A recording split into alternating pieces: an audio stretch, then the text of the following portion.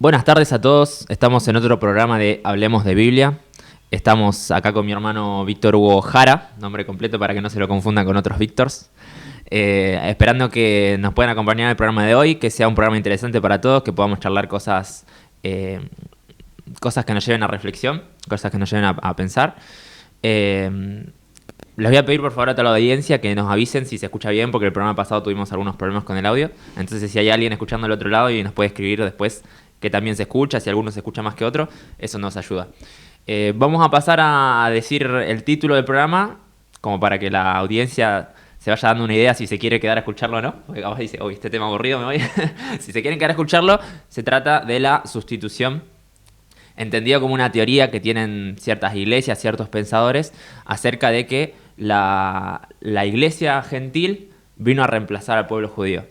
Esto, de hecho, en el programa pasado con el hermano Pizarro lo hablamos un poco, tenía ganas de hablar de esto, pero también terminamos hablando de muchas otras cosas, entonces no se hizo tan central. El día de hoy queremos ser un poco más específicos acerca de esto. Y bueno, y me acompaña el hermano Víctor Hugo, que tiene información de esto, tiene data histórica y bíblica acerca de este tema. Bueno, Kimei, desde ya muchas gracias. Como siempre damos gracias a Dios por lo que nos permite vivir. Te agradezco a vos por la invitación. Muy contento de estar en este lugar. Siempre, bueno, nos conocemos un poco con todo lo relacionado a esto de poder estudiar, a mí me gusta. Así que te agradezco la invitación. Agradezco a Dios que hay una congregación como es esta congregación de Catamarca que está trabajando, ¿no es cierto?, en la radio y que da el lugar para todos los que se quieren acercar. Así que aliento a la congregación a seguir trabajando, a todos los programas que hay en esta radio, que Dios los pueda bendecir mucho y bueno, que sea de bendición para todos los que escuchan este programa. Sí, y alentar también a la gente que por ahí escucha y tiene ganas de hacer algún programa de cualquier tipo, se le ocurre cualquier idea de cómo hacer un programa, están las puertas abiertas. Acá esta radio está para cualquier otra iglesia que quiera participar, bienvenido. Así que nos avisan acá que nos tenemos que acercar un poquito al micrófono. ¿Te parece que vamos a una cortina musical, así nos preparamos para empezar el programa? Perfecto. Agradecerle a la hermana Vero Morena, que está acá haciéndome los controles. Mi operador usual, que es Ulises del Pino, tuvo un problema de salud, así que no se pudo acercar, pero me salvó las papas, como se dice, acá la hermana Vero. Continuamos con Hablemos de Biblia. Vamos a empezar directamente con el tema, esperando que haya gente del otro lado que lo pueda escuchar. Igual siempre estamos grabando el programa acá, ahí puedes saludar a la cámara, para YouTube, así que el que no lo pueda ver en este horario lo va a poder ver cuando tenga ganas. Como dijimos, el tema de hoy va a ser la sustitución, pero para saber de lo que vamos a hablar yo te tengo que preguntar ¿qué es la sustitución? Esto es como una teoría, como dije yo, pero ¿qué dice esta teoría y de dónde sale? Claro, mirá, imagínate, Kimei, que este pensamiento nace en el año 50 de la era común. O sea, después de Cristo. Después de Cristo, pero muy próximo después de la muerte de Jesús. Sí. Empieza, yo me anotaba acá, con una persona, Ignacio de Antioquía. Desde allá empieza y dice que enseñaba a sus fieles, ¿no es cierto? Y era lo que empezaba a propagar esa doctrina, de los que participaban de la Pascua judía, se hacían cómplices de la muerte de Jesús. O sea, trataban de ocultar, decir, no hagas esto, porque si no, vos sos culpable de la muerte de Jesús. Ajá. Este era un grupo de gente que decía que creía en Cristo, pero decía que los que creían en Cristo y guardaban las fiestas que guardó Cristo, igual se hacían cómplices de su muerte. De su muerte. Porque eran fiestas judías. Claro, exacto. Después le seguían allá por el año 100, de la era común también, Justino Mártir. Y mirá lo que una de las afirmaciones, yo hice lo más relevante de cada uno de estos pensadores, de la Iglesia Católica principalmente, afirmó que el pacto de Dios con Israel ya no era válido y que los gentiles lo habían reemplazado a los judíos. Ahí ya toma más fuerza, apoya la teoría de Ignacio de Antioquía y le suma esto. En el 130 después de Cristo, Irineo declaró que los judíos fueron desheredados de la gracia. Tertuliano en el 155 culpó a los judíos de la muerte de Jesús igual que sus antecesores y argumentó que habían sido rechazados por Dios. Y así, uno por uno, podemos mencionar estos pensadores, que hay muchos conocidos, ¿no es cierto? Irineo. De estos me suenan muchos que son los llamados padres de la Iglesia Católica, ¿no? Exacto. Me suenan de esos nombres, no lo busqué, pero me suenan. Exacto. Imagínate que estos que te menciono ahora te van a hacer un poco más de ruido. Orígenes en el 185 fue responsable de mucho antisemitismo, porque bueno, de eso vamos a hablar también. ¿El antisemitismo? Sí, todo el cual estaba basado en su afirmación de que los judíos fueron responsables de matar a Jesús. Seguía el mismo patrón y que habían sido desheredados, habían reemplazado los gentiles a los judíos.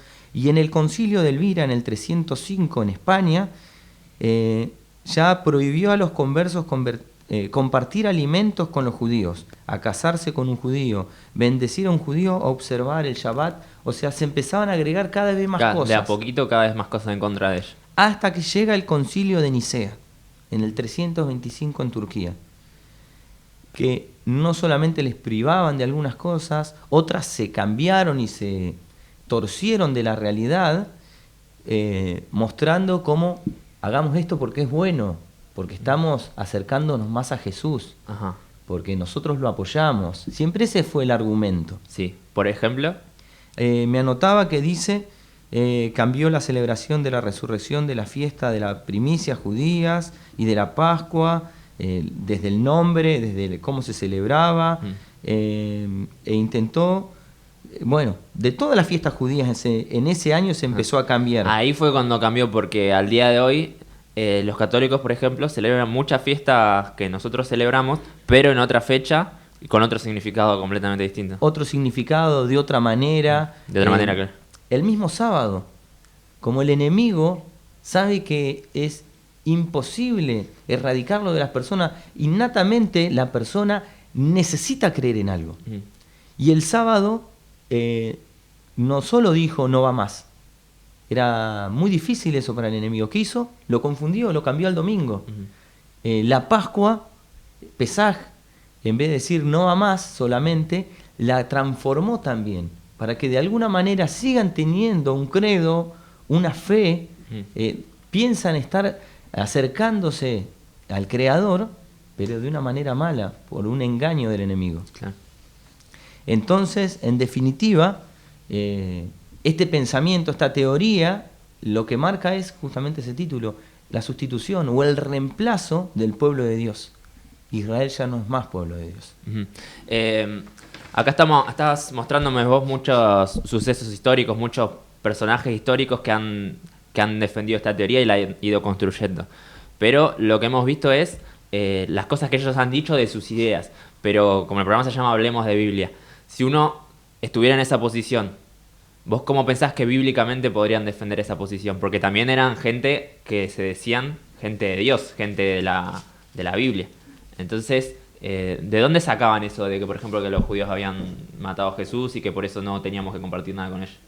Mira, hay varios pasajes y por ahí nosotros, dentro de nuestra religión, hay muchos que los vemos, los percibimos de otra manera. Pues nosotros tenemos muy claro que los judíos entregaron a Jesús y los romanos lo mataron. Pero hay muchos pasajes que lo dicen desde otro lugar. Por ejemplo, acá tengo anotados algunos pasajes como este, Marcos 12. Y por ahí con alguno te voy a pedir una ayuda también para que podamos compartir la lectura. En Marcos 12 vamos a leer un capítulo que dice 12:1. Y comenzó a hablarles por parábolas. Plantó un hombre una viña y la cercó con un seto, y cavó un lagar y edificó una torre, y la arrendó a labradores, y se partió lejos, y envió un siervo a los labradores al tiempo, para que tomase de los labrados del fruto de la viña. Mas ellos, tomándole, le hirieron y lo enviaron vacío. Y volvió a enviarles otro siervo, mas apedreándole, le hirieron en la cabeza, y volvieron a enviarle afrentado. Y volvió a enviar otro, y aquel mataron, y a otros muchos, hiriendo a unos y matando a otros. Teniendo pues aún un hijo suyo amado, enviólo también a ellos al postrero diciendo, tendrán en reverencia a mi hijo, pensaba. Mas aquellos labradores dijeron entre sí, este es el heredero, venid, matémosle, y la heredad será nuestra. Y prendiéndole, le mataron y echaron fuera de la viña. ¿Qué pues hará el señor de la viña? Vendrá y destruirá a estos labradores y dará su viña a otros. ¿Ni aun esta escritura habéis leído? La piedra que desecharon los que edificaban está expuesta por cabeza de esquina. Por el Señor es hecho esto, y es cosa muy maravillosa en nuestros ojos. Mira, te digo lo que interpreto si lo escucho así y hablando de lo que te decía, con qué verso se puede justificar este pensamiento. Uno podría llegar a pensar que es en ese momento que dice que le dará la viña a otros, es cuando se hace esta sustitución, porque como el dueño mandó a su hijo y los obreros lo mataron, entonces el castigo es que le va a dar la viña a otros. Y ahí como que esa metáfora cierra, ¿no? Cierra perfecto. Ese es un pasaje que usan justamente por esto. Te consultaba si podías acompañarme por ahí con la lectura. En Hechos 3:13. Hechos 3:13. 3:13, perdón. Capítulo 3, verso 13. ¿Lo leo? Sí. El Dios de Abraham, de Isaac y de Jacob, el Dios de nuestros padres, ha glorificado a su Hijo Jesús, a quien vosotros entregasteis y negasteis delante de Pilato, cuando éste había resuelto ponerle en libertad. Mas vosotros negasteis al santo y al justo y pedisteis que se os diese un homicida. ¿Sigo? Sí, el 15. Y matasteis al autor de la vida, a quien Dios ha resucitado de los muertos, de lo cual nosotros somos testigos. Fíjate que ese pasaje, por más que viene diciendo que lo negaron, que lo entregaron, el 15, por más que nosotros digamos no es así, pero de una manera dice, y matasteis al autor de la vida, a quien Dios ha resucitado de los muertos, de lo cual nosotros somos testigos. Entonces también eso como que te cierra en ese pensamiento. Claro. Es como que... ¿Este quién era? ¿Pedro, el que estaba hablando? Claro, y vos podés ver con poquitos pasajes cómo el enemigo los utiliza, siempre lo ha hecho, ¿no es cierto? Al mismo Jesús lo tentó con versos pasajes de la bíblicos, Biblia, sí. Pero este mismo pasaje y el anterior, vos cuando lo lees, lo profundizás, por ejemplo, este mismo, si lo seguís leyendo, te da algo de luz y dice, el 16, y por la fe en su nombre, a este que vosotros veis y conocéis, le ha confirmado su nombre, y la fe que es por él ha dado a este esta completa sanidad en presencia de todos vosotros. Mas ahora, hermanos, sé que por ignorancia lo habéis hecho, como también vuestros gobernantes, pero Dios ha cumplido así lo que había antes anunciado por boca de todos sus santos profetas, que su Cristo había de padecer. Uh-huh. O sea, todo esto no solo ya estaba escrito en los profetas, no solo eso, sino que el mismo Dios dice que lo hicieron en ignorancia. Y Ajá. cuando empezamos a estudiar y a profundizar dentro del plan de Dios, ya estaba esto. Sí. Pero pensé que ibas a seguir, perdón. Pero entonces, ¿qué es lo que estás diciendo? Que en este verso que Pedro dice que de cierta forma ellos, por más que fueron los que lo entregaron, como que se hacen culpables de cierta forma de la muerte de ellos, pero el hecho de que lo hayan hecho con ignorancia, vos decís como que los excluye un poco de este sentido de responsabilidad. No, lo que digo primero es que uno, al rigor de la verdad, lo primero que tenés que ver es los judíos, y lo vamos a estar leyendo seguramente, no lo mataron. No. Lo entregaron, sí. Son culpables de cierta manera por todo lo sucedido, y vamos a leer los pasajes de cómo llegaron a eso. Este mismo pasaje lo dice así, y mataste al autor de la vida, porque ellos se llevan esa culpa, aunque no lo hayan hecho de manera física. Uh-huh. Pero concluye este relato diciendo el por qué. Fue por ignorancia y Dios lo sabía. Y era para cumplir algo que ya estaba escrito. Ajá. Y tenemos que ver cuál es ese que estaba escrito.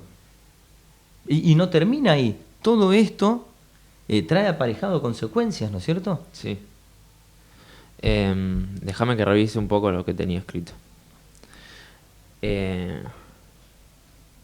No quiero saltar al otro tema, porque hay otro tema, pero antes quería ¿Te acordás que esto lo charlamos antes Sí. de venir al programa? Yo siempre charlo con la gente que viene como para tener una idea de qué les voy a preguntar y de qué podemos hablar.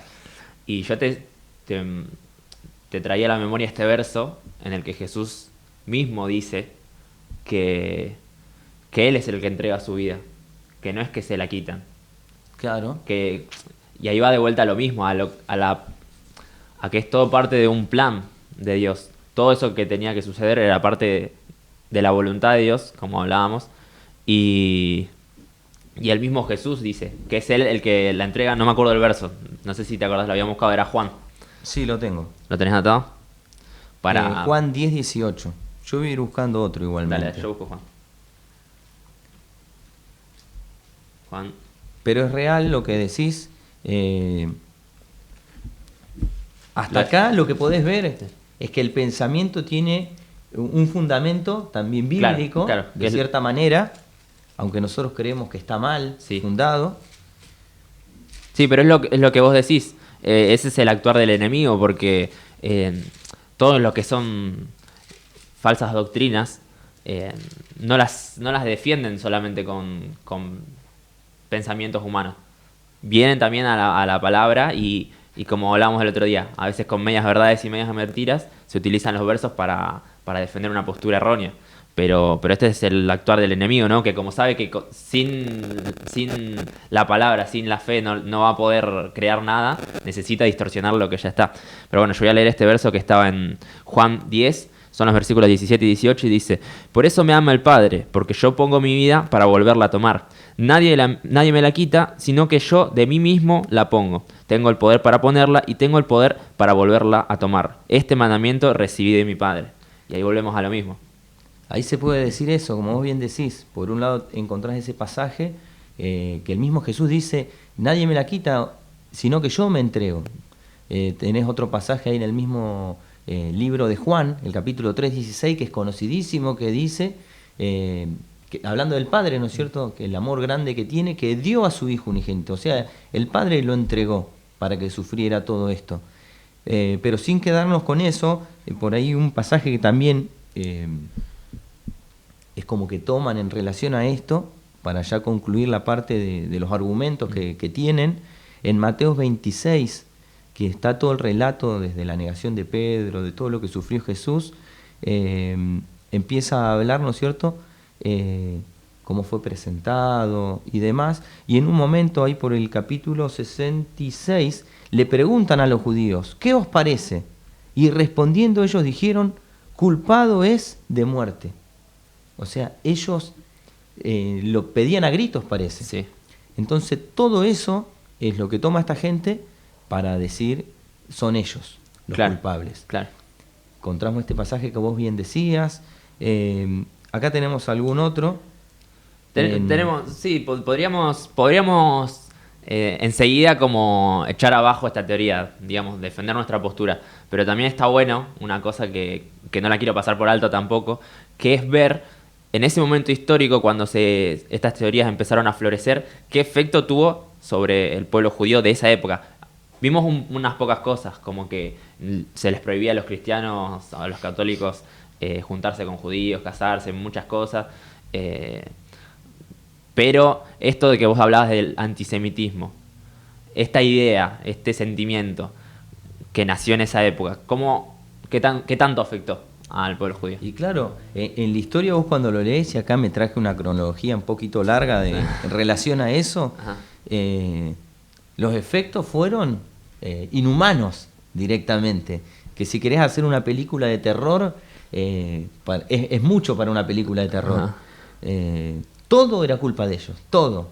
¿Y a raíz de qué? De ese pasaje que dice: su sangre sea sobre nosotros y sobre nuestros hijos. Entonces, desde ahí no solo el efecto es Israel no va más, sino que se la agarran hasta con la descendencia, porque decían: no, fíjate, su sangre sea sobre nosotros y sobre nuestros hijos. Sí. Entonces, a raíz de eso, vos empezás a ver, no sé, por decirte algo que anotaba acá, la peste negra en Europa, que fue algo terrible en esa época, y los números directamente cuando te metes a investigar un poco, no se encuentran las cifras exactas. Se sabe que fue algo hay quienes dicen que puede haber sido mucho peor que esto del coronavirus. No, yo vi los datos y muchísimo peor, ¿eh? Bueno, Y vos pensás con toda la tecnología que tenemos ahora, todo el avance médico y científico, igual se pasó feo esto.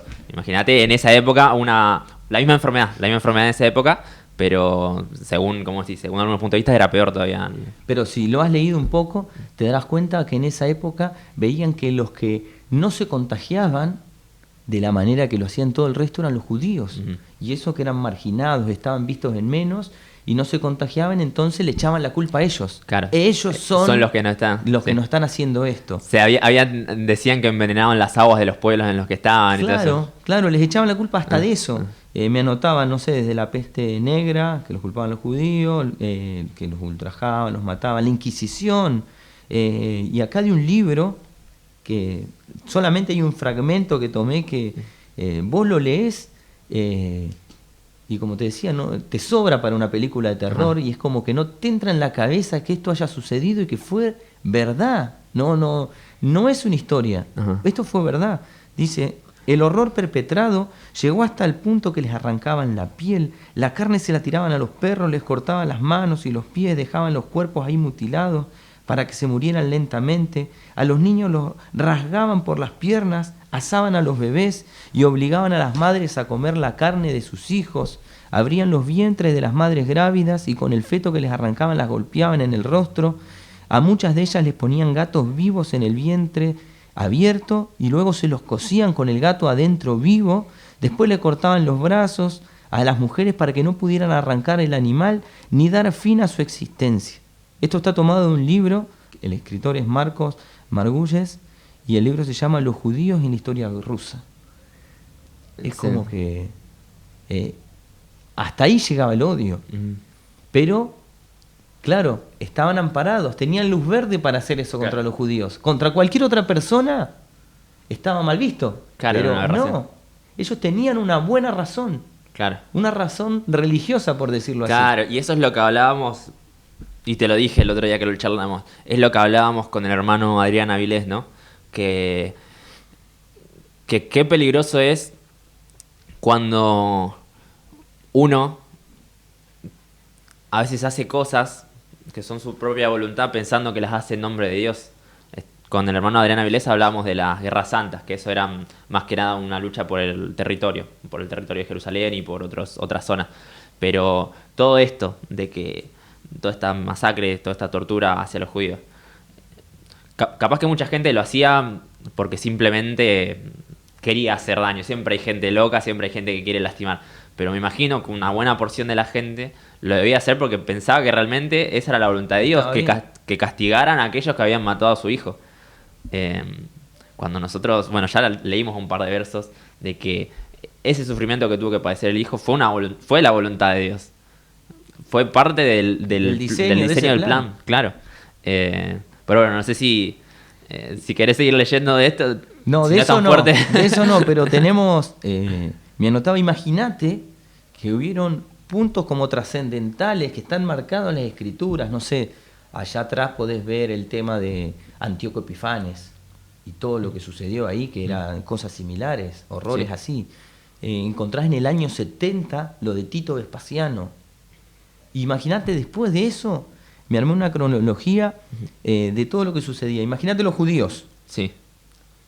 Después de lo de Tito, del año 70, que les queman el templo, que a muchos de ellos los matan, otros son expulsados, no tenían un lugar físico donde estar, se distribuyen por países así del mundo y, por ejemplo, por decir algo, no sé si leer todo, pero dar algunas fechas. Por ejemplo, en el año 115 son expulsados los judíos de Chipre, en el 640 también son expulsados y obligados a convertirse al cristianismo en el Imperio Bizantino, en el 1096.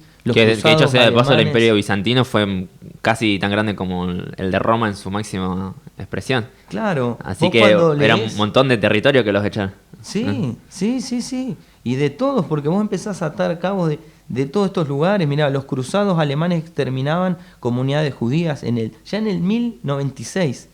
En el 1099 las comunidades judías de Jerusalén eran víctimas de matanza por parte de los cruzados porque querían ahí retornar Eh, 1146 los judíos españoles son obligados a convertirse al cristianismo. En el 1290 la expulsión de los judíos de Inglaterra. En 1306 expulsión de los judíos de Francia. 1355, fíjate las fechas, muy seguiditas. Había una matanza de 12.000 judíos en manos del populacho de Toledo en España. En 1349 los judíos son expulsados de Hungría. 1420 los judíos aniquilados en Tolosa. 1421 expulsados en Austria. 1492, que esta fecha es conocidísima por todo en las escuelas, la expulsión de 180.000 judíos de España. Y que es conocido por lo de Colón, ¿no es cierto? El descubrimiento de América, no tenían dónde estar. Y vos cuando sabés todo esto y te enterás y investigás, sabés por qué sucedió lo de Colón y te das cuenta cómo viene la historia. Y así podés seguir. Claro, porque si un pequeño resumen, en esa época a Colón nadie le creía su idea de que había tierra más allá del horizonte. Nadie quería financiar, digamos, su proyecto de exploración. Entonces la tripulación que consiguió fue los desechados de la sociedad, los que no tenían a dónde ir, los que no tenían dónde caerse muertos. Y esa fue la tripulación que terminó descubriendo. Sí, otros dicen que directamente los habían echado a que mueran, porque claro, ya era una muerte segura. Pero bueno, después en la historia no te va a parecer que Cristóbal Colón era judío. Y no te cuentan todo eso, ese relato, claro, y lo que sucedía ese año. Pero seguís leyendo y las matanzas eran de a millares. En el 1500 sigue diciendo así, de a millares. 200.000 judíos asesinados en el 1648. Esto es en Polonia. Judíos expulsados de Rusia. Comunidades judías en Persia son obligadas a convertirse al Islam. Y seguís. Y acá hay una palabra que en estos años ni la conocemos quizá, pero se inventó justamente por todas estas matanzas. Dice que en el 1871, y por un tiempo largo hasta el 1921, se establecen los prógromos antijudíos en Rusia. Y esa palabra, que yo me la anotaba por acá, un pogromo era, como para explicarlo en palabras nuestras, sí, era algo que nacía así en el momento, varias personas se ponían de acuerdo sin ningún tipo de conexión previa, ¿no? No, nada, porque se les ocurría, iban a una casa de un judío, los mataban, les hacían lo que querían y se quedaban sus pertenencias. Claro. Como linchamiento, digamos. Claro, dice, consiste en un linchamiento multitudinario, espontáneo o premeditado de un grupo particular, étnico, religioso u otro, acompañado de la destrucción y el expolio de sus bienes, casas, tiendas, centros religiosos, etc. El término se ha usado para denotar actos de violencia sobre los judíos. O sea, hasta esa palabra nació y era algo... Se inventó una palabra de tanto que pasaba. Claro, era normal. Y fíjate la cantidad de años que estuvo, del 1871 al 1921. Y poco tiempo después, 1939, viene hasta el 45, ¿no? Está la guerra mundial. Ajá. Y ahí están los 6 millones de judíos masacrados por los nazis. Y cosas que cualquier otro imperio, cualquier otra nación no podía soportar. Pero porque era tanto el odio y de tantos lugares en fechas tan distantes. ¿Cómo podían hacer y se veía como normal? Claro. Y vos decís que todo esto proviene de las mismas ideas que nacieron de decir que era como la voluntad de Dios que estas personas pagaran por la muerte de su hijo. Vos decís que toda la gente influenciada por esas ideas se fue agarrando de esto, se fue agarrando de sus creencias, de la Biblia, porque el cristianismo se expandió a nivel global. O sea, los alemanes también decían que creían en Cristo y tal. Entonces vos decís que las mismas ideas las trajeron, el mismo odio lo trajeron. Está lleno porque, como decíamos, desde las cruzadas, que eran algo que aparentemente bueno, apoyado por el Papa, religión, hacía eso, ¿no es cierto? Una matanza masiva. Me anotaba acá los 7 asolamientos que sufrió el pueblo después de eso, con el periodo romano, bizantino, árabe, el periodo de las cruzadas, mamelucos, el régimen otomano, bajo el imperio británico. Todo eso en este poco de tiempo, porque para atrás hubieron muchos imperios desde Babilonia, Medio Persia. Ya. Pero vos ves desde acá, y la Guerra Santa que hablaban con el hermano Adrián Avilés, que es así como él decía, pero fíjate que nosotros conocemos más guerras de ese tipo, son por el territorio, por la tierra de Israel, en ese lugar. Pero esto viene más allá, hay un odio ya metido en la cabeza de las personas y como que está bien. Claro, mira, lo que hablabas vos, ¿no? De que hubo imperios y los vemos en la historia de la Biblia, lo podemos leer ahí, lo podemos leer en la historia universal, de que antes de todas estas ideas hubo imperios que asolaron a Israel, pero si nosotros leemos la invasión de Babilonia, lo que hicieron los persas, todo eso, eran simplemente otra nación más que invadían, era una cosa común de esa época. Una nación invadía a otra y los aprisionaba a todos, los hacía esclavos a todos. No era algo distinto el trato que tenían con los judíos a cualquier otra nación diferente. Pero el hecho de que de este odio tan particular, de hecho la palabra antisemita nació porque había un odio particular que no había con otras naciones. Sí, sí, o sea, ¿por qué con estas naciones? Semita, ¿no? Claro, ¿por qué con esta gente nomás? Entonces nació una palabra para describir eso. Antes no existía porque no era particular, era cómo las naciones se manejaban, dominando unas a otras por medio de la violencia. Pero cuando la sociedad fue cambiando, igualmente se mantuvo este odio a los judíos, esta discriminación. Imagínate que ya para eso que hablábamos de los nazis, que la gente llega a pensar de que los judíos eran una raza que ya no llegaba ni siquiera a la altura de un humano, Claro. de una persona de bien. ¿Cómo llega esa idea a meterse en la mente de las personas y creer que es real? Claro, y que una nación entera se cree esa idea. Sí, quizá más que una nación entera. Sí, sí. Y bueno, pero fue así, eso sucedió y hasta hoy todavía quedan cosas de esas. Sí, olvídate, porque el antisemitismo no es que se acabó con los nazis. O sea, de ahí siguieron saliendo ideas hasta el día de hoy. Los actos terroristas siguen habiendo contra las comunidades judías en todos los países que viven. Pero bueno, hablamos un montón de todo el sufrimiento que tuvo que acarrear el pueblo judío a causa de estas ideas. Y ya dimos una entrada de por qué están equivocadas, en qué cosas se basan mal. Pero si te parece lo vamos a hablar un poquito más en profundidad después de un corte musical. Perfecto.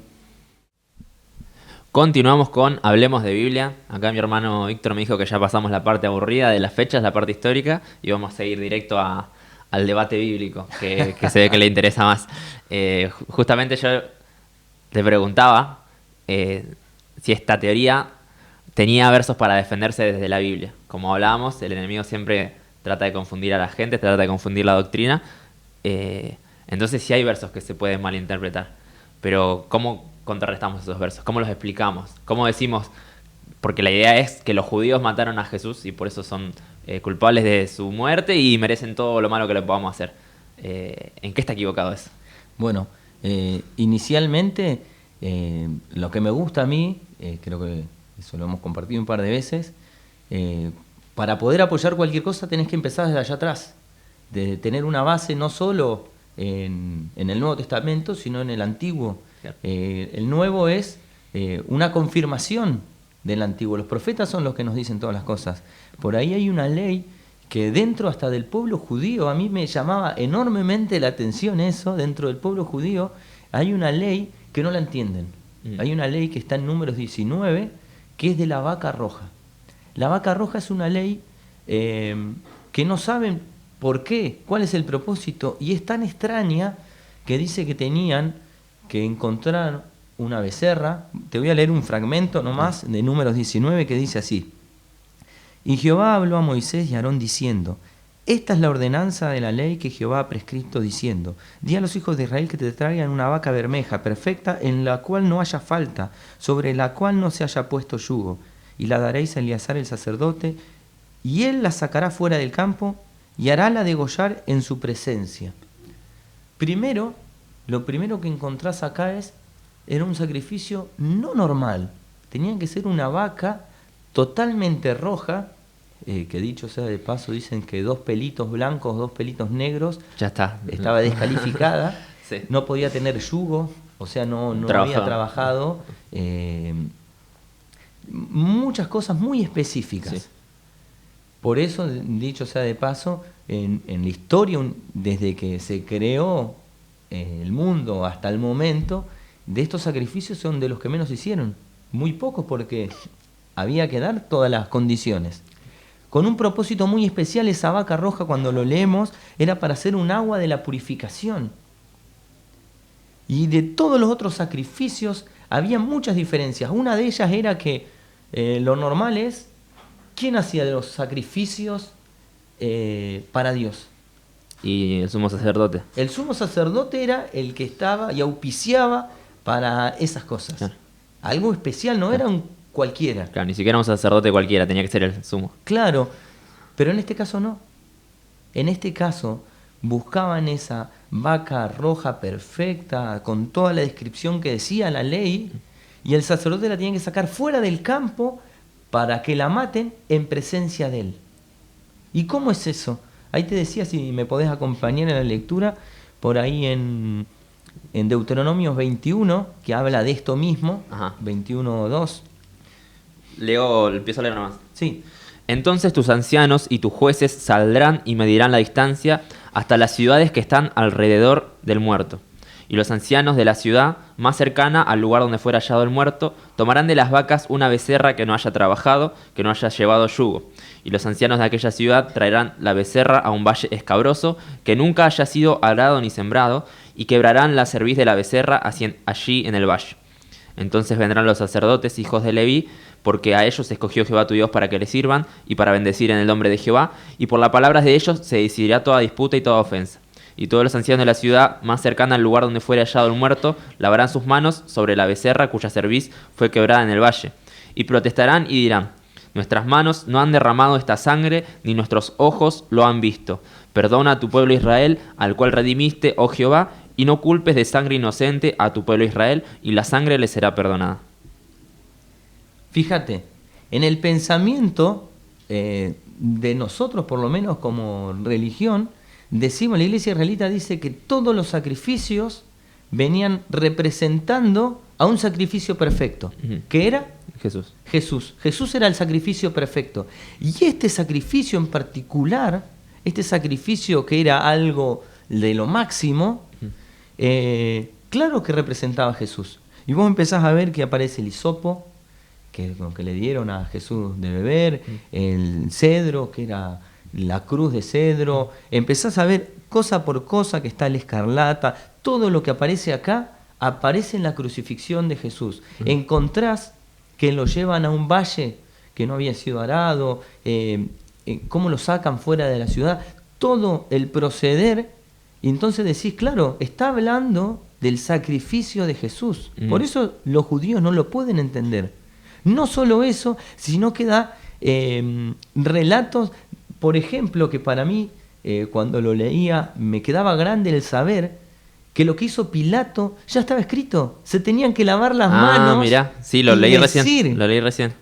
Pero fíjate. Claro, y Pilato dice lo mismo, dice que su sangre no va a ser sobre él, que ellos decían. Claro. O sea, ya estaba escrito lo que tenía que hacer Pilato, ya estaba escrito todo ese proceder que pasó con Jesús. Por eso dice. Lo leo de vuelta porque está muy buena ese análisis. Los versículos 6 y 7 de Deuteronomio 21. Y todos los ancianos de la ciudad más cercana al lugar donde fueren hallado el muerto lavarán sus manos sobre la becerra cuya cerviz fue quebrada en el valle, y protestarán y dirán: nuestras manos no han derramado esta sangre, ni nuestros ojos lo han visto. Es eso mismo, ¿verdad? Y no termina ahí. Vos acabas de leer el final de ese relato, que ¿qué pasaba? En el verso 8 que decía: perdona a tu pueblo Israel, al cual redimiste, oh Jehová, y no culpes de sangre inocente a tu pueblo Israel, y la sangre le será perdonada. ¿De qué sangre? Si vos ella... lo ponés a pensar, y ¿de qué está hablando ese sacrificio que los judíos no pueden entender? Claro que está hablando de Jesús. Sin profundizarlo, porque la realidad es que sería todo un tema hablar solamente de esa vaca roja, y que está muy bueno poderlo leer. Por ahí, a mí me gusta siempre hacer analogías o ver cómo Dios, de una manera tan sencilla, te muestra toda la historia, todo el plan de Él, en historias que saben los nenes.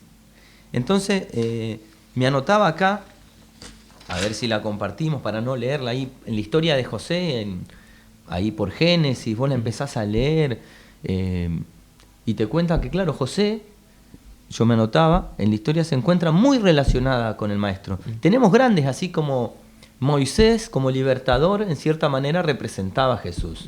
Y empezás a ver, Isaac, de alguna manera, en ese sacrificio que se había ofrecido, Claro, tal cual. representaba a Jesús. Y empezás a ver uno por uno, Josué, cómo lo representaba. Cada uno, Sansón, que fue concebido de una manera milagrosa. Y varias cosas que suceden, cómo representaba a Jesús. Todas las grandes figuras de la Biblia reflejan algo de la vida de Jesús. Eso es lo que está. Claro, en este caso José también.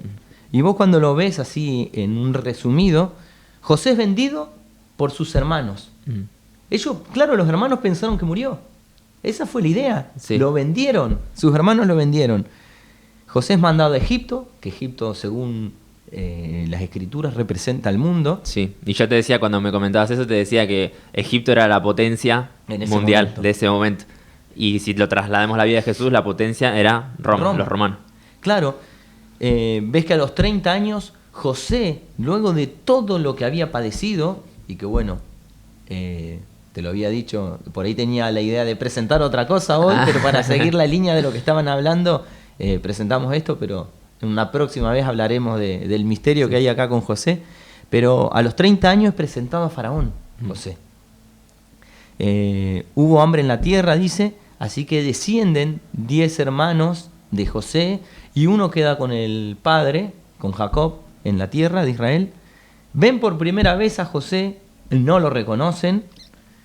Recién cuando se reúnen los 10 que habían descendido con el hermano que había quedado en la tierra de Israel, cuando se reúnen, recién ahí José se da a conocer. Claro. Es la segunda vez.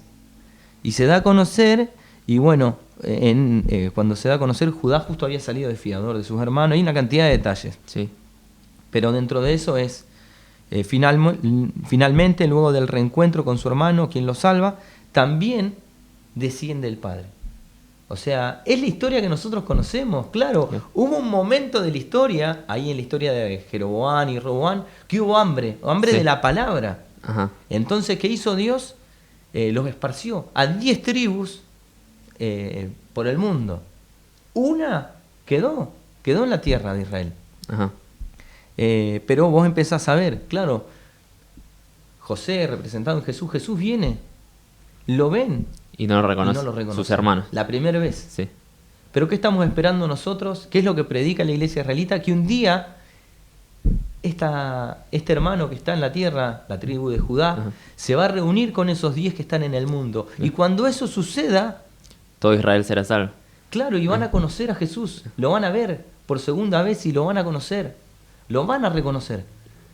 Y recién después de todo eso desciende el Padre. Pero en esta historia podés ver lo mismo. Fue un plan de Dios. No lo mataron, creyeron que sí, lo vendieron. Fue lo mismo que sucedió con Jesús. Y así podés encontrar muchos pasajes, los mismos que vos me decías, que es un verso muy lindo, el de San Juan 10:18, que lo tendríamos que leer porque creo que ese no lo leímos. Sí, lo leí. ¿Lo Lo leímos? leí. Lo leo de vuelta si querés porque estamos ahora más encaminados. Perdón la tardanza, es que este celular no es mío. Me cuesta un poquito. Si no, lo leemos de acá. Te gano.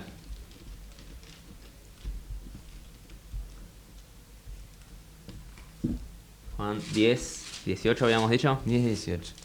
Lo encontré. Digamos En realidad, para que sea mejor, hay que leer el 17 y el 18.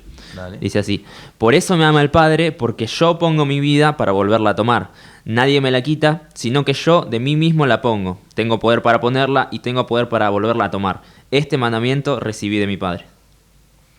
Amén. Y bueno, ahí podemos ver que estaba ya todo planificado de parte de Dios. Y en esto, que no sé si te parece, pero yo me hacía un resumen de lo que es el capítulo más relevante en cuanto al remanente. ¿Qué es el remanente? Y el remanente de lo que veníamos hablando, nosotros decimos que este pueblo de Dios, el pueblo de Israel, en un momento de la historia, por plan de Dios, parte de ellos, solo parte de ellos, no pudieron ver el momento en que llegó Jesús. Nos relata el capítulo 5 de Cantares y dice que el amado llegó, le tocó la puerta y la amada salió tarde a abrirle. Y eso sucedió. Se ve que en ese plan no era el momento que la higuera de frutos, decía los discípulos. ¿Cómo fue Jesús a buscar fruto en la higuera si no era el tiempo? Pero era plan de Dios. Y encontramos, pero que en ese mismo momento que Dios permitió que muchos no pudieran ver la venida de Jesús, no lo pudieran reconocer, hubieron otros que sí lo reconocieron. Hubieron otras personas que pudieron vivir eso hermoso de conocer al Hijo de Dios, de creer en Él. Y a esa gente especial, en el relato de Romanos, lo llama como el remanente, que era el tema en realidad por lo que venía todo esto, ¿no es cierto? Sí. Y bueno, por ahí yo digo que hasta acá uno puede ver y podríamos buscar muchos pasajes en relación a esto, en cómo nos va llevando la historia universal a ese odio, veníamos diciendo, cómo se ve la historia en relación al pueblo, y el pueblo siempre nosotros lo vemos de una manera general, y nosotros de alguna manera decimos que pertenecemos al pueblo. ¿De qué forma? Claro, lo hablaban con el hermano Alejandro en el primer día, ¿no es cierto?, de radio. ¿De qué forma nosotros creemos que somos parte del pueblo de Dios? Pero ese pueblo, en ese momento, volvió a tener como una división. Hubo una división allá en los tiempos de Roboán, permitido por Dios. Hubo otra división en ese tiempo, también permitido por Dios, de unos pocos que veían a Jesús y lo reconocían y otros que no.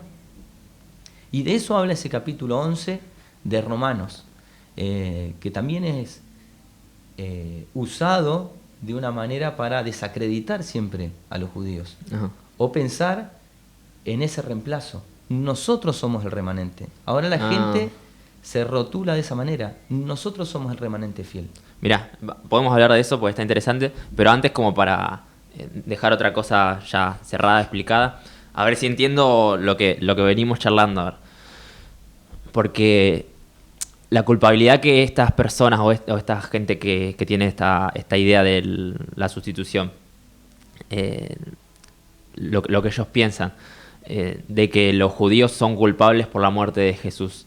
Nosotros estamos diciendo que no. Nos estamos basando en versos, pero para explicarlo en palabras también, no solo en versos. Lo que estás diciendo vos, y creo que es lo mismo que estoy pensando yo, es que esto de que entregaran a Jesús y de cierta manera sí se hicieran responsables de su muerte, o sea, fueran parte del proceso que llevó a su muerte, era todo parte del plan de Dios, que ellos no lo podrían haber evitado de ninguna forma. Claro. Que sí o sí alguien tenía que entregar a Jesús. No matarlo, porque no fueron ellos los que lo mataron literalmente, pero sí entregarlo y hacerse culpable de ese crimen, de cierta manera. Claro, y lees que ese mismo pasaje que decíamos, su sangre sea sobre nosotros y sobre nuestros hijos, pero lees en la ley de la vaca esta roja, ese sacrificio especial que hasta el día de hoy los judíos no pueden interpretar, finalizaba diciendo que no iban a ser culpables de esa sangre inocente. Okay. Entonces... Proféticamente vos decís que no podían ser culpables de eso que iban a tener que hacer. Es que en definitiva ya estaba dentro del plan de Dios. Y es distinto a la predestinación, por ahí que charlábamos con Adrián. Claro que todos tenemos la oportunidad de elegir. Todos. Porque Dios nos marca un camino y te dice, hace esto, y te va a ir así o así. Ajá. A todos nos da un camino. Pero en ese momento estaba escrito que les iba a poner un velo. O sea, tienen algo diferente al resto. Ninguno de nosotros puede decir que tiene un velo para no poderlo ver. Claro. Y hasta el día de hoy está puesto, dice, y por Dios, en los pasajes que vamos a leer. Claro. Nosotros no tenemos esa justificación. No. Bueno, igual esto puede haber una charla muy interesante acerca de de justamente culpabilidades, responsabilidades, si uno puede ser culpable de algo que no ha tenido control en cometer. O sea, podemos charlar bastante de este tema. No sé si te piso algún tema, pero para ponernos de acuerdo cómo vamos a encarar esto, pasamos una alabanza y después continuamos con esto. Dale. Continuamos con Hablemos de Biblia. Estábamos hablando de peinados acá con el hermano Víctor Hugo. Podría haber hablado de otra cosa. Sí. No, porque ya sabemos bien cuál es el siguiente punto que queremos tomar. Porque hablábamos de los errores de esta idea, ¿no? De esta teoría de la sustitución. Hablábamos de este error de querer culpar la muerte de Jesús en los judíos. No solo eso, sino directamente lo que empieza es rechazar. El judío no va más, fue desheredado, no es parte del pueblo de Dios y es el que menos chances tiene. Eso es la base, vendría a ser. Claro, sí, pero para mí son dos cosas distintas, porque una cosa es decir, bueno, los judíos no van más en esta religión, somos nosotros la religión, y otra cosa es el odio. Claro, el odio es por decir que ellos son los que mataron a Jesús. Claro. De hecho, ahora que me acuerdo, mirá, una idea, un recuerdo borrado de mi cabeza, yo iba a la secundaria y un chico que me llevaba bien, era un chico ahí de la escuela, me pregunta por qué falté justo en una fecha de las cabañas, me parece. Le digo, por mi religión, yo soy judío. En esa época yo decía judío porque era más fácil. No tenías que explicar tanto, ¿viste? Era judío, bueno, judío. Y me dice, y me mira mal, ¿viste? Y le digo, ¿qué pasa? Y me dice, no, porque los judíos mataron a Jesús. Me lo dijo un chico hace, no sé, 6 años, 7 años, no, o sea, no tanto. Ahora me estoy acordando que es una idea que sigue todavía en pie. Pero bueno, dejando eso de lado, eso es una cosa. Pero también está lo otro, esa idea de reemplazarlo, que tiene que ver con el nombre sustitución. No te quiero hacer la pregunta fácil, pero si yo te pregunto, ¿Dios desechó a su pueblo? Y no. En ninguna manera. En ninguna manera, dice Pablo, claro. Claro, es así. Y ahí empezaba y así encaminaba el primer verso de Romanos, ¿no es cierto? ¿Ha desechado Dios a su pueblo? En ninguna manera. Pero habíamos hablado de una palabra, ¿no es cierto? Una palabra que era remanente, que es la que aparece y la que vamos a estar leyendo ahora seguro en el capítulo de Romanos. El remanente o residuo o reliquias, que son por ahí los sinónimos, es una palabra que yo me buscaba en el diccionario y dice se aplica a la parte que queda de una cosa. Por ejemplo, cada mes le queda un dinero remanente, por decir algo. Entonces es fácil de poder distinguir un remanente de algo. En todo el capítulo 11 de Romanos viene hablando de una planta. Y dice que algunas ramas fueron quebradas y habla de un remanente. El remanente, vamos a ver qué es en ese capítulo. Pero por fuera de eso, yo lo que me notaba es como siempre Dios mantuvo, no solo en esa época de Jesús, desde la antigüedad, como decíamos, porque lo tenemos que apoyar con pasajes desde la antigüedad, siempre, después de cada devastación, Dios dejaba un remanente. Que fue lo que le dijo al mismo Elías. He reservado 7.000 hombres que no han doblado las rodillas delante de Baal. Delante de Baal.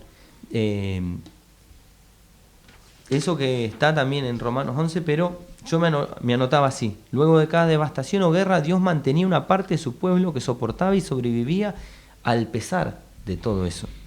Por ejemplo, vamos a leer uno acá. Y acá ya es la parte que a mí me gusta. En Nehemías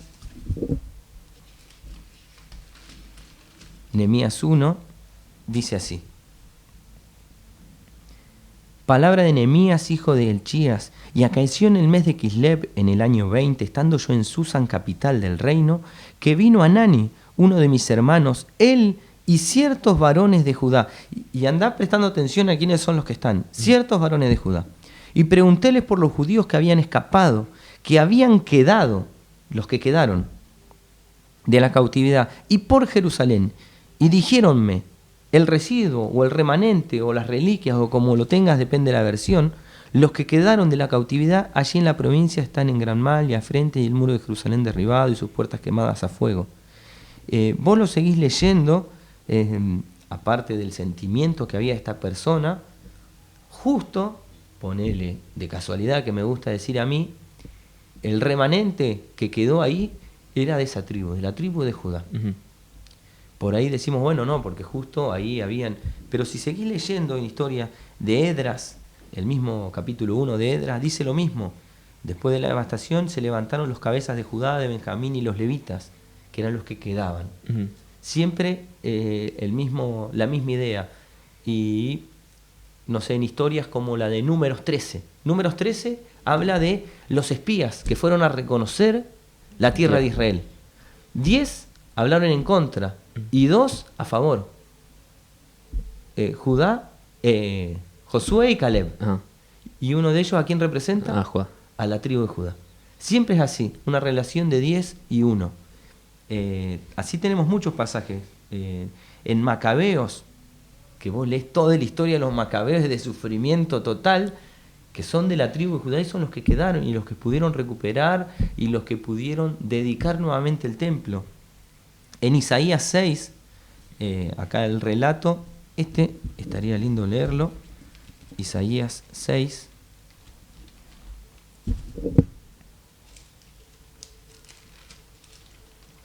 Vos ya sabés a lo que vamos igual, que Porque ya charlamos un poquito, pero igual lo que estamos viendo ahora es, cuando uno habla de remanente siempre se acuerda de el verso que habla en Romanos de eso, del Nuevo Testamento, y el ejemplo que usa de Elías, pero estamos viendo que hay un montón de remanentes, un montón de situaciones de la historia.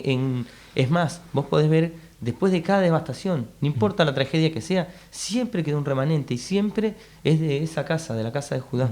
Por ejemplo, en Isaías 6, 12 y 13 dice así: hasta que Jehová hubiere echado lejos los hombres y multiplicar en medio de la tierra la desamparada, pues aún quedará en ella una décima parte, y volverá, bien que habrá sido asolada como el olmo, como el alcornoque, de los cuales en la tala queda el tronco, así será el tronco de ella, la simiente santa. Siempre va a quedar, una décima parte siempre va a quedar. Cuando lo lees y lo profundizás, acá está en todo este capítulo está hablando de Usías, que era rey de Judá, y que le dice que siempre va a quedar. Tenés historias como en 2 Reyes 19, de Ezequías, que era rey de Judá, que elevaba una oración por las reliquias que quedaban en aquel lugar después de la devastación. Por eso te digo, si te pones a contabilizar, tenés muchas historias relacionadas a esto. Hay una que habla a futuro en Isaías 10, que dice: los que quedaren de Israel, de la casa de Jacob, las reliquias se convertirán. En Jeremías 42, 2, el mismo profeta dice: hemos quedado unos pocos. Y él estaba en Judá, de todo lo que pasó, pero hemos quedado unos pocos, decía Jeremías. Y en Ageo 2.1, para dar un verso más de esto, dice que habla de Zorobabel, que era gobernador de Judá, al sacerdote y al resto del pueblo. ¿Quién ha quedado entre vosotros que haya visto esta casa con la primer gloria? Ya sabían que era así, ya sabían que había quedado alguien. Y esa idea, cuando nosotros lo leemos el capítulo de Romanos 11, conociendo el proceder y toda la historia de nuestro pueblo, lo podemos entender. Si no, no se entiende y lo ponemos fuera de contexto. Entonces ahí ya estábamos diciendo, con la pregunta fácil que te hacía, de si Dios ha desechado a su pueblo, vemos que siempre hubo un remanente de gente que estuvo conservada por Dios. Sí. De gente que Dios no desamparó, incluso en las peores situaciones de todo. Entonces no podemos decir al día de hoy que no hay de esa gente. Exacto. Que no sigue existiendo. Si en toda la historia existió, ¿crees que te lea un verso? No, te lo comparto para que lo vayamos leyendo juntos. Dale. Tengo acá, para que pasemos a eso, ¿no es cierto? Romanos 11, que habla de esto, y hay cosas que son muy claras, que no te dejan forma ni dudas. Dice que Pedro dice en un pasaje un poco más adelante que las palabras de Pablo son muy difíciles de entender y que los indoctos tuercen. Sí. Pero hay palabras de Pablo que parece que son muy demasiado claras. El capítulo de Romanos 11 comienza diciendo: digo pues, ¿ha desechado Dios a su pueblo? Y claro, es contundente. En ninguna manera. ¿Pero de qué pueblo está hablando? ¿De un espiritual? ¿De un te lo aclara el mismo pasaje, porque dice, porque también yo soy israelita de la simiente de Abraham, de la tribu de Benjamín. Está hablando de descendencia. Claro. Y muchos te dicen, no interesa, si ahora es para todos. Ujú. No es tan para todos. El que sea de descendencia tiene una importancia. Si no, imagínate por qué hay tantos capítulos que hablan de descendencias. ¿Por qué hay tantos versos que dicen, era hijo de tal, de tal, de tal? ¿Por qué lo aclaran? ¿Por qué tenemos escrito en el Nuevo Testamento, el primer capítulo de Mateos, empieza la redacción diciendo la descendencia de Jesús? Porque era preciso que Jesús nazca de sangre judía. Está en Mateos la genealogía de Jesús por María, que muchos creen que es por José, pero esa es por María, y está la de Lucas, que es por el papá, por José. Y bueno, ahí podemos ver, se ve que hay una importancia, y saca pecho Pablo de decir, yo también soy judío. Hay pasajes que no los vamos a abordar, pero dice, ¿de qué le sirve? ¿De qué aprovechará la circuncisión? Mucho y en todas maneras, pero no. Volviendo acá, sigue diciendo el verso 2. No sé si lo querés leer. Lo leo yo. No ha desechado Dios a su pueblo, al cual antes conoció. ¿O no sabéis qué dice de Elías la Escritura? Como hablando con Dios contra Israel, dice. Espérame. Fíjate ahí. Fíjate que ahí usa palabras como, por ejemplo, conoció. Y nosotros sabemos que los términos en las Escrituras no quieren decir muchas veces la connotación con la que nosotros la usamos. Sí. Conoció en la antigüedad era algo más íntimo. Dios conocía a todos los pueblos, pero él conoció de... Claro, sí, nosotros. Yo te decía cuando me comentabas este verso, yo te decía que no tenía sentido resaltarlo como algo importante, que Dios conociera a Israel si Dios siempre conocía a todas las naciones. Claro, entonces, si usamos el término como lo usamos cotidianamente, no tiene sentido, tiene que significar otra cosa, conocer. Claro, el conoció en las Escrituras es algo más íntimo, por eso hasta en las relaciones, porque Adán conoció a Eva y tuvieron un hijo. El conoció era de algo mucho más íntimo, no solo en la parte sexual, sino también acá en una intimidad como sería Dios con su pueblo. Ajá. Y acá que dice que Elías habló contra Israel. Sí. ¿Cómo contra Israel? Claro, es hablar en contra de Israel, decir que no queda nadie, porque en la historia cuenta eso.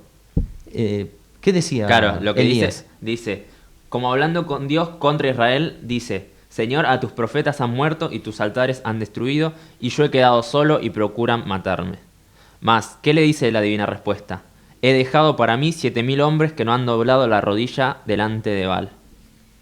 Así también, aún en este tiempo, han quedado reliquias por la elección de gracia. Fíjate, eso de que le pasa a Elías, que habló en contra de Israel, porque decir que no quedaba nadie y pensar que están todos, está mal. Ajá. Está mal. Y eso fue en el año 900 antes de Cristo. Y desde ese momento hasta la actualidad de Pablo, ahí dice, aún en este tiempo han quedado reliquias. Sí. No solo allá atrás, todavía siguen quedando. Y el verso está en presente, porque eso no va a terminar. Cuando sigamos leyendo el capítulo te vas a dar cuenta que esto sigue. Y para el que lo quiera anotar, esa palabra reliquias o remanente es del Strong 3005, que te da un poquito más de profundidad por ahí de donde viene. ¿Querés que continúe leyendo? Verso 6. Y si por gracia, luego no por las obras. De otra manera, la gracia ya no es gracia. Y si por las obras ya no es gracia, de otra manera, la obra ya no es obra. ¿Qué pues? Lo que buscaba Israel, aquello no ha alcanzado, más la elección lo ha alcanzado, y los demás fueron endurecidos. En mi Biblia dice de otra forma, más los escogidos, ¿puede ser que diga?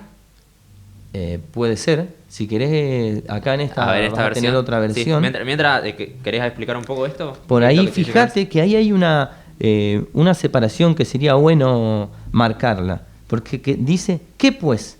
Lo que buscaba Israel, lo aclara, lo que buscaba Israel, aquello no ha alcanzado, más la elección lo ha alcanzado. O sea, sin importar lo que sucedía, la elección... Los escogidos, dice en mi Biblia. ¿Cómo dice esa versión? Que pues lo que buscaba Israel no lo ha alcanzado, pero los escogidos sí lo han alcanzado, y los demás fueron endurecidos. Y acá dice eso, y los demás. ¿Quiénes son esos demás? Estamos hablando siempre del pueblo de Israel. Claro, dice lo que buscaba Israel, que la elección no alcanzó, y los demás fueron endurecidos. Ahí sigamos la lectura que se va a ir dando a entender. Como está escrito, Dios, espíritu de remordimiento, ojos con que no vean y oídos con que no oigan, hasta el día de hoy. Esa es la razón. Fíjate que esa es la razón de lo que veníamos leyendo antes. Dios les dio ojos con que no vean. Ajá. Ya estaba escrito en los Salmos, en varios profetas, de esta manera. Volviendo a lo mismo de la idea de la culpabilidad, ¿no? Claro. Que bueno, igual cuando terminemos el verso capaz que lo charlamos más. ¿Sigo leyendo? Sí. Y David dice: seales vuelta su mesa en lazo y en red y en tropezadero y en paga. Sus ojos sean oscurecidos para que no vean y agóbiales siempre el espinazo. Digo pues, ¿han tropezado para que cayesen? Bueno, ahí no lo vamos a abordar porque se nos fue larga cuando te decía eso, Ajá. pero todo ese verso 9 de lo que decía David en el Salmo, de lo mismo que era su mesa, de lo que se alimentaban, que lo mismo fue tropezadero y fue la paga, Sí. es un tema muy lindo de poderlo entender porque está hablando de eso, ya estaba en la escritura, la misma escritura con la que se alimentaban. Pero bueno, sigamos para ir más al punto. Sí. Sí, después si nos da tiempo al final lo charlamos. Dale. De cualquier cosa en específico, pero vamos a los puntos. Digo pues, ¿han tropezado para que cayesen? En ninguna manera. Más por el tropiezo de ellos vino la salud a los gentiles para que fuesen provocados a celos. Bueno, ahí antes de avanzar, Ujú. este verso 11, que me gustaba cómo me lo explicaba el hermano Miguel Soto, ¿han tropezado para que cayesen? Lo primero te pregunta si ese tropiezo fue para que caigan. O sea que como que una cosa es tropezar y otra cosa es caer porque le dice... Un tropezón no es caída. En ninguna manera. Claro. O sea, le van a querer buscar la forma, pero no hay forma en ninguna manera. Ajá. El tropiezo, No es caída. claro, acá dice, han tropezado para que cayesen en ninguna manera. ¿Y quiénes son los que tropezaron? La casa de Israel. Claro. La casa de Israel que no era... La que no creyó en Jesús. La que no creyó. Claro, los que no eran... ¿Cómo es que dice acá? Te van a decir eso, ¿no es Apartados, cierto? sí. Los que... Claro. Los que no creyeron en Jesús tropezaron. O sea, ahora seguí el relato sabiendo eso. Claro. Cuando... Y estamos hablando de que esto también habla de la actualidad. Claro. Los que no creen en Jesús están tropezando. Claro, pero dice, más por el tropiezo de ellos vino la salud a los gentiles para que fuesen provocados a celo. Ajá.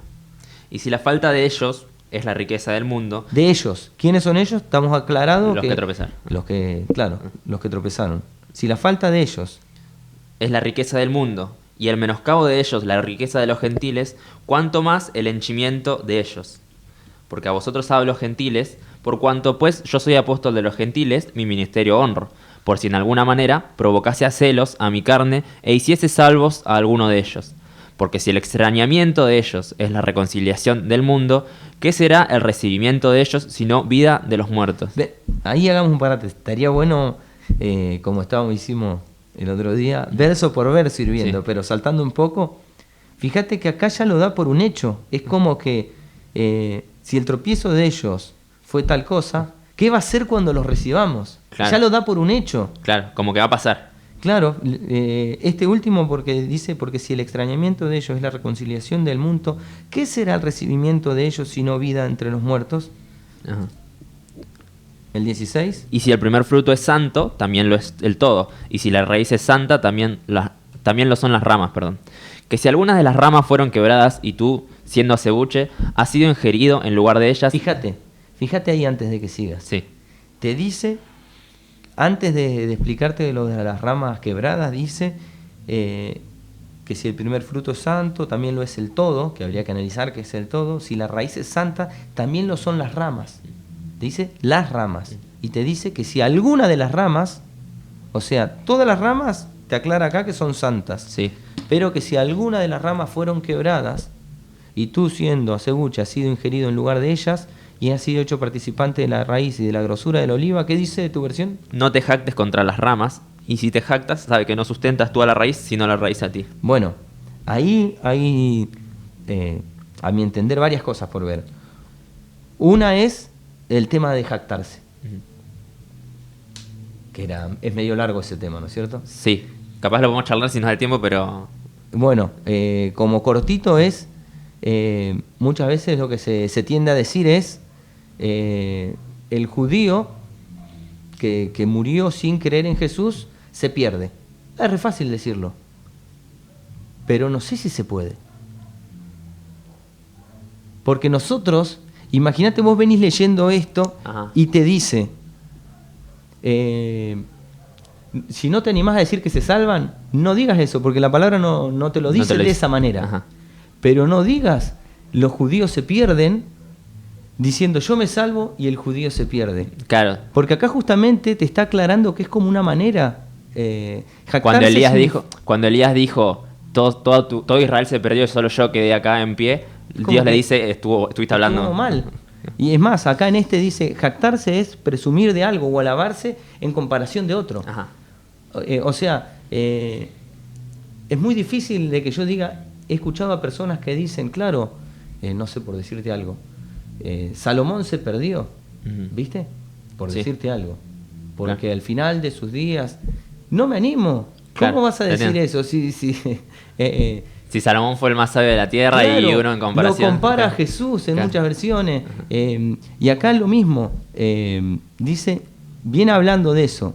Todas las ramas son santas, algunas fueron quebradas, y te dice, no te jactes vos, que vos sos de un arbolito que no servía, no daba frutos y te pusieron ahí. Claro. No te jactes, no te alabes diciendo, soy más que los otros. Claro. Es muy delicado ese punto. Sí. Pero para no hacer mucho hincapié en eso, pues las ramas, dirás, dice el 19. Fueron quebradas para que yo fuese ingerido. Bien, por su incredulidad fueron quebradas, mas tú por la fe estás en pie. No te ensoberbezcas, antes teme. Que si Dios no perdonó las ramas naturales, a ti tampoco no perdone. O a ti tampoco te perdonará, dice la Biblia mía. Sí. Mira pues la bondad y la severidad de Dios. La severidad ciertamente en los que cayeron, más la bondad para contigo si permanecieres en la bondad. Pero fíjate, hay otra cosa. ¿Tropezaron para que cayesen? En ninguna manera. ¿Y entonces quiénes son los que cayeron? Son otros estos. No sé si se entiende esa parte. Sí, se entiende. Que los que... Vamos a leer el verso, porque está acá el verso. 11, el versículo 11 del mismo capítulo. Digo, pues, ¿han tropezado para que cayesen? Estos eran los que no creyeron en Jesús, habíamos llegado a la conclusión. Vos estabas haciendo una división que era, habían judíos... Que creyeron. En el programa anterior con el hermano Leo, decían, antes de Jesús había una rama de judíos, por decirlo así, o del pueblo de Israel, que guardaban las cosas, eran buenos, por decirlo así, y unos que se portaban mal, y que esos eran borrados del pueblo. Pero mientras que estaban ahí, estaban esos dos. Pasan para el otro lado después de la muerte de Jesús. El hermano Leo decía que habían unos que creyeron y unos que no creyeron. Ya habían dos. Claro. Dentro de los mismos... Del mismo pueblo. Dentro del mismo pueblo, si seguimos hablando del mismo pueblo, estaban... Coré, por ejemplo, estaba dentro de la escritura, lo lees como que era parte del pueblo y era de los más malos. Hasta el momento que fue borrado del pueblo. O sea, están esos.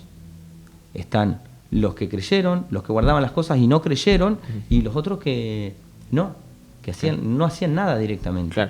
Y acá fíjate que hay una diferencia. Pero seguilo. Espera, ¿por dónde sigo? Podés seguir del 22 para volver para atrás. Dale. Mira pues la bondad y la severidad de Dios, la severidad ciertamente en los que cayeron, más la bondad para contigo si permanecieres en la bondad, pues de otra manera tú también serás cortado. Y aun ellos, si no permanecieren en incredulidad, serán ingeridos, que poderoso es Dios para volverlos a ingerir. Bueno, otro tema, ¿no? Pero por ahí en las versiones dice ingerir, y es más, estamos muy acostumbrados dentro de la iglesia a decir del ingerimiento, y esa palabra en una planta no va, es injertar sería. Pero bueno, ese es otro tema, y que el que cuestión de traducciones. Que lo quiera buscar está en el Strong 1461. Explica lo que es el Strong, porque lo dijiste ya y no bueno, el Strong es un diccionario que va a la fuente antigua y te dice que en la traducción qué es lo que significa esa palabra. Entonces está muy bueno para cuando tenés dudas, sacártelas ahí. Bueno, ya que tenemos que esto va a ser pasado por video, por YouTube, también puedo poner un enlace a ese diccionario y ponerlo así, la gente lo conoce. Yo lo he usado para entender algunas palabras hebreas que son complicadas, sirve, es bastante útil. ¿24 leo? 24. Porque si tú eres cortado del natural acebuche y contra natura fuiste ingerido en la buena oliva, ¿cuántos más estos que son las ramas naturales serán ingeridos en su oliva? Pero que quiero hacer una aclaración. Sí. Porque toda esta charla nació del hecho de que esta idea de la sustitución dijimos que se llama. Sí. La sustitución nos hace pensar, o esa gente piensa, que Israel queda completamente de afuera. Y acá nosotros vemos, empezando el capítulo, que hay un remanente que siempre creyó, o sea, que siempre estuvo protegido por Dios en las peores circunstancias, y acá particularmente un remanente que creyó en la doctrina de Jesús. Que no solo era protegido, sino que creyó en Jesús. Sino que creyó. Pero los que estamos hablando acá, ahora, en esta parte, son no los que creen, sino los que están en incredulidad. Sí. Exacto. Y estamos hablando de ellos. O sea que no solo que hay un remanente de judíos que creyeron, sino que los que no creen tienen una posibilidad de restaurarse. No es que los puedes excluir a esos también. Sí, exacto. Leo de vuelta el 24. Porque si tú eres cortado en natural acebuche y contra natura fuiste ingerido en la buena oliva, ¿cuántos más estos que son las ramas naturales serán ingeridos en su oliva? Porque no quiero, hermanos, que ignoréis este misterio para que no seáis acerca de vosotros mismos arrogantes, que el endurecimiento en parte ha acontecido en Israel hasta que haya entrado a la plenitud de los gentiles, y luego todo Israel será salvo, como está escrito. Fíjate, este momento de que haya entrado la plenitud de los gentiles no sucedió. Ajá. Hasta ese momento va a ser así. Ajá. Hasta ese momento va a ser así. Y luego todo Israel será salvo. O sea, ¿luego de qué? De que suceda eso, todo Israel será salvo. Que nosotros en la iglesia entendemos que es cuando reconocen a Jesús. Eso es lo que significa ser salvo. Sí, pongámosle que sí. O sea, una cosa lleva a la otra. Reconocer a Jesús exacto. es lo que te da la salvación. Podríamos después ver a qué hace referencia todo Israel, Ajá. porque venimos hablando como de distintas facciones. Sí. Pero bueno, sería muy largo. Y por eso es que también es otra de las razones que es muy difícil animarse a decir eso, que decíamos antes. Y acá hay otra de las cosas que por ahí sería bueno saber, qué es la plenitud de los gentiles.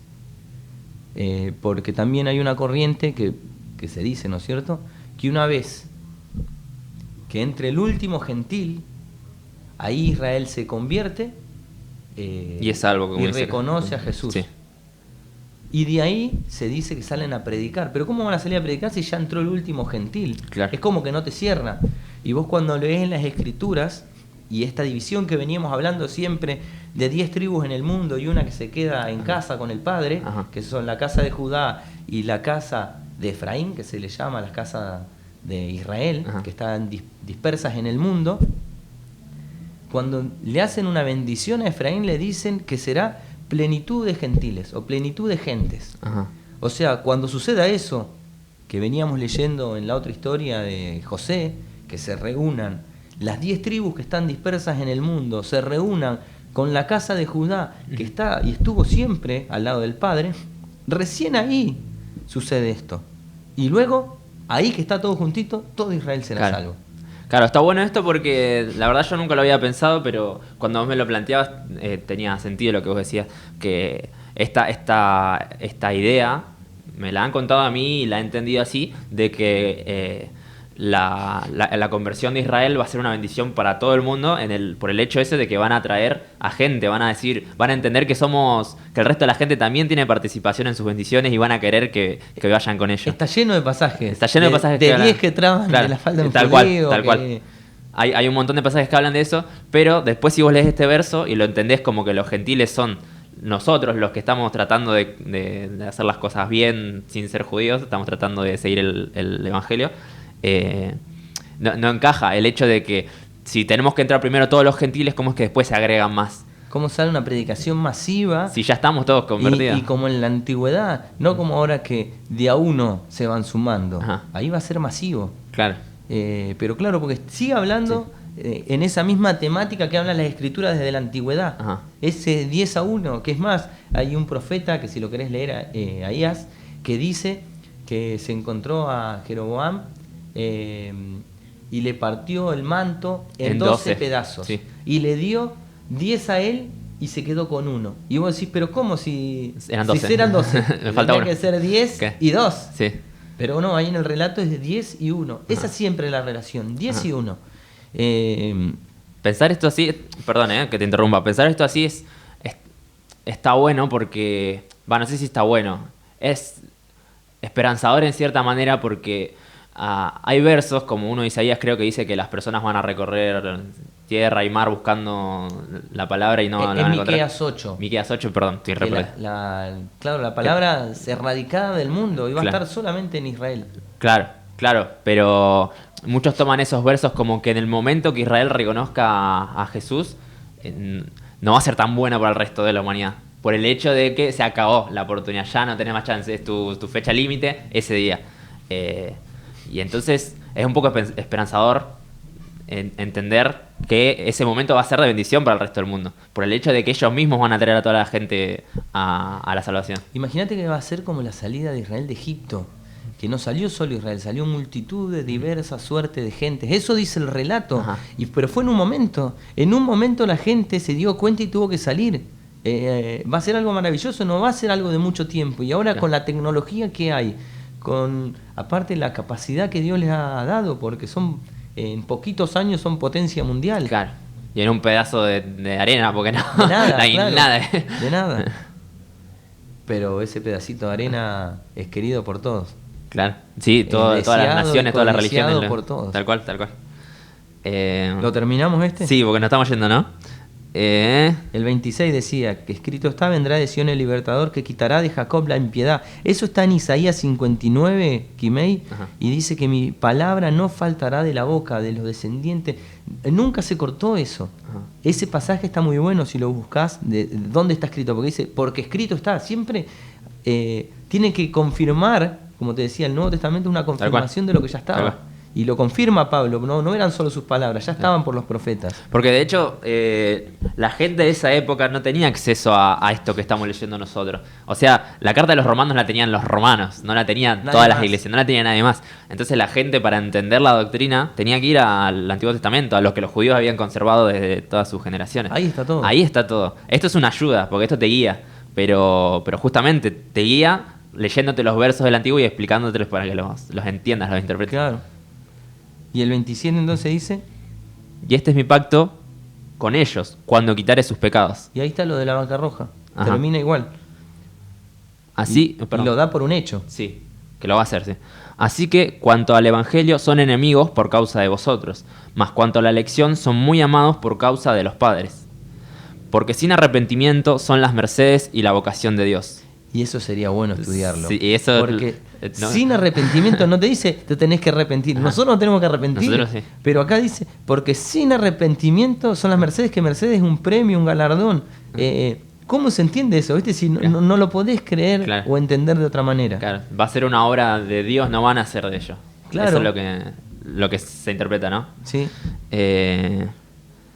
Porque como también vosotros en algún tiempo no creísteis a Dios, mas ahora habéis alcanzado misericordia por la incredulidad de ellos. Así también estos ahora no han creído, para que por la misericordia para con vosotros, ellos también alcancen misericordia.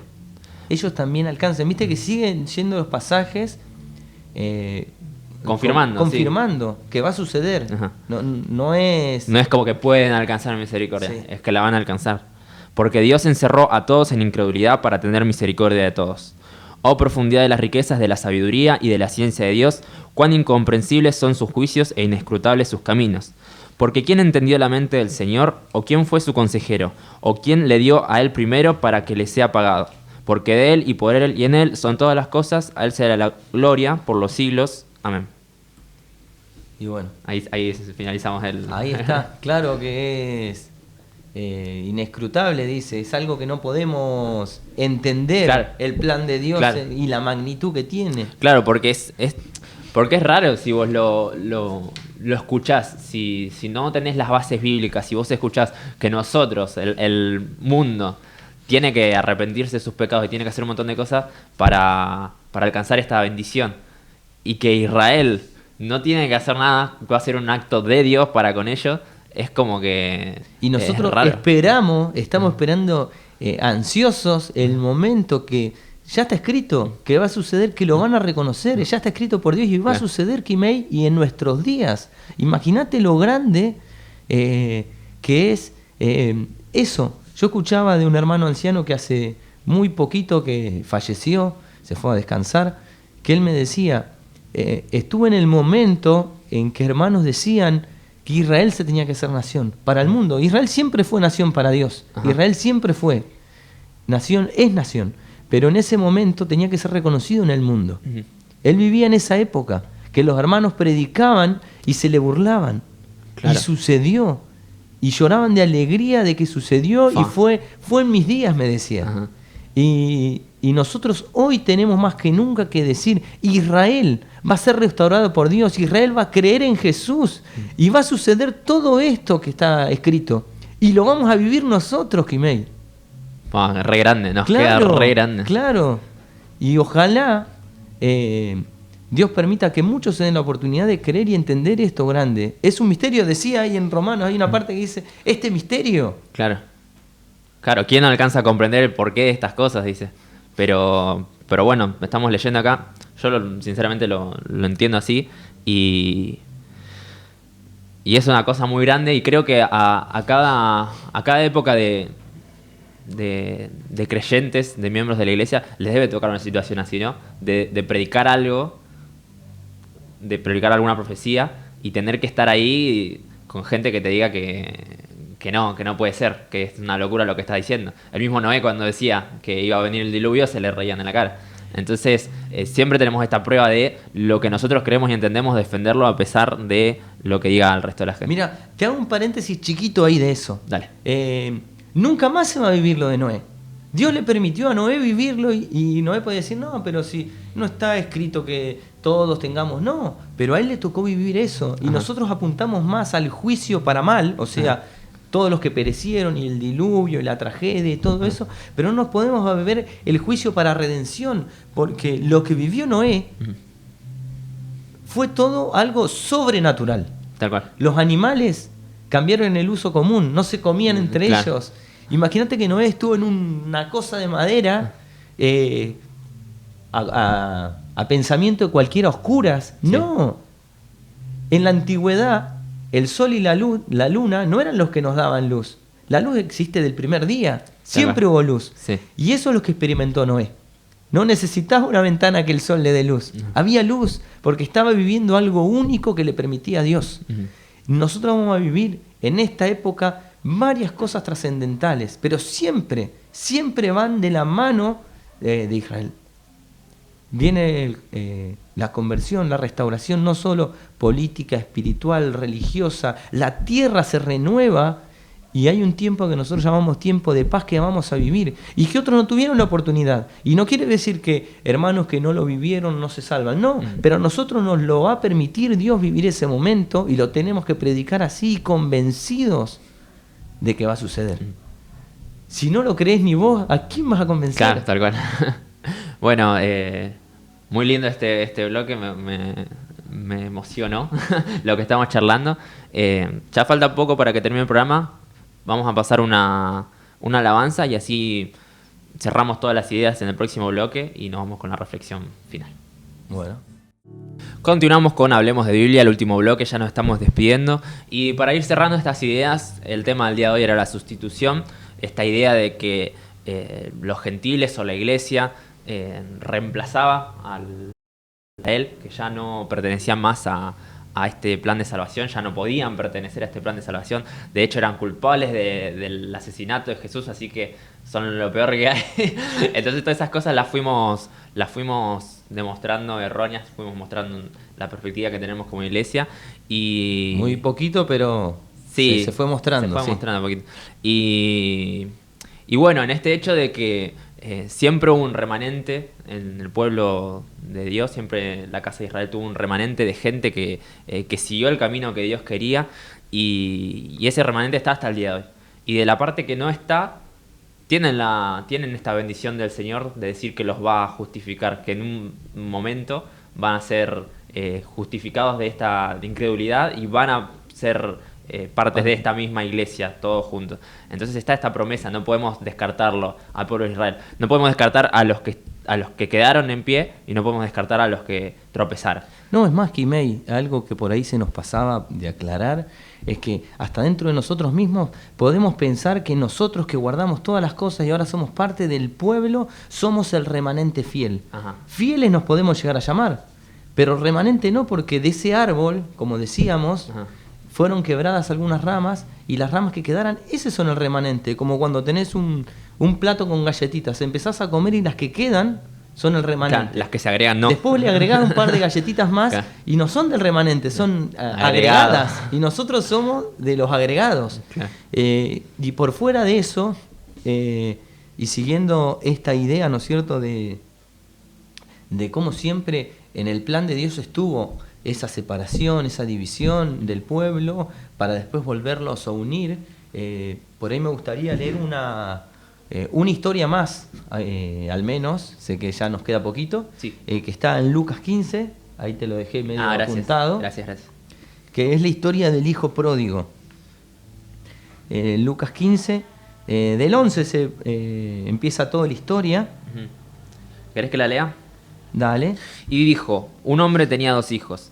Este es Jesús hablándole al pueblo, ¿no? Y el menor de ellos dijo a su padre, Padre, dame la parte de la hacienda que me pertenece, y le repartió la hacienda. Y no muchos días después, juntándolo todo el hijo menor, partió lejos a una provincia apartada, y allí desperdició su hacienda viviendo perdidamente. Y cuando todo lo hubo malgastado, vino una grande hambre en aquella provincia, y comenzóle a faltar. Y fue y se llegó a uno de los ciudadanos de aquella tierra, el cual le envió a su hacienda para que apacentase los puercos. Y deseaba henchir su vientre de las algarrobas que comían los puercos, mas nadie se las daba. Y volviéndose en sí dijo, ¿cuántos jornaleros en casa de mi padre tienen abundancia de pan, y yo aquí perezco de hambre? Me levantaré e iré a mi padre y le diré, Padre, he pecado contra el cielo y contra ti. Ya no soy digno de ser llamado tu hijo, hazme como a uno de tus jornaleros. Y levantándose vino a su padre, y como aún estuviese lejos, viólo su padre y fue movido a misericordia. Y corrió y echóse sobre su cuello y besóle. Y el hijo le dijo, Padre, he pecado contra el cielo y contra ti, y ya no soy digno de ser llamado tu hijo. Mas el padre dijo a sus siervos, sacad el principal vestido y vestidle, y poner un anillo en su mano y zapatos en sus pies. Y traed el becerro grueso y matadlo, y comamos y hagamos fiesta, porque este era mi hijo, muerto era, y ha revivido, habíase perdido y es hallado. Y comenzaron a regocijarse, y su hijo, el mayor, estaba en el campo, el cual, como vino y llegó cerca de la casa, oyó las sinfonías y las danzas, y llamando a uno de los criados preguntóle qué era aquello. Y él le dijo, tu hermano ha venido y tu padre ha muerto el becerro grueso por haberle recibido salvo. Entonces se enojó y no quería entrar. Salió por tanto su padre y le rogaba que entrase. Mas él respondiendo dijo al padre, he aquí tantos años te sirvo, no habiendo traspasado jamás tus mandamientos, y nunca me has dado un cabrito para gozarme con mis amigos. Mas cuando vino este tu hijo, que ha consumido tu hacienda con rameras, has matado para él el becerro grueso. Él entonces le dijo, Hijo, tú siempre estás conmigo y todas mis cosas son tuyas. Mas era menester hacer fiesta y holgarnos, porque este tu hermano muerto era y ha revivido, habíase perdido y es hallado. Hijo, tú siempre estás conmigo, le dice al hijo que siempre estuvo con él. Y esta historia es la misma de la que venimos relatando. Hay un padre, 2 hijos. Uno pide su herencia y se va al mundo. Se va y pierde todo. En Oseas dice que dejó de ser hijo, dejó de tener misericordia con aquel, pero en un momento va a volver. Y en esta división que sucedió y que veníamos relatando, de la casa de Judá, la casa de Israel, uno de ellos siempre se quedó con el padre. Tú siempre has estado conmigo. El remanente.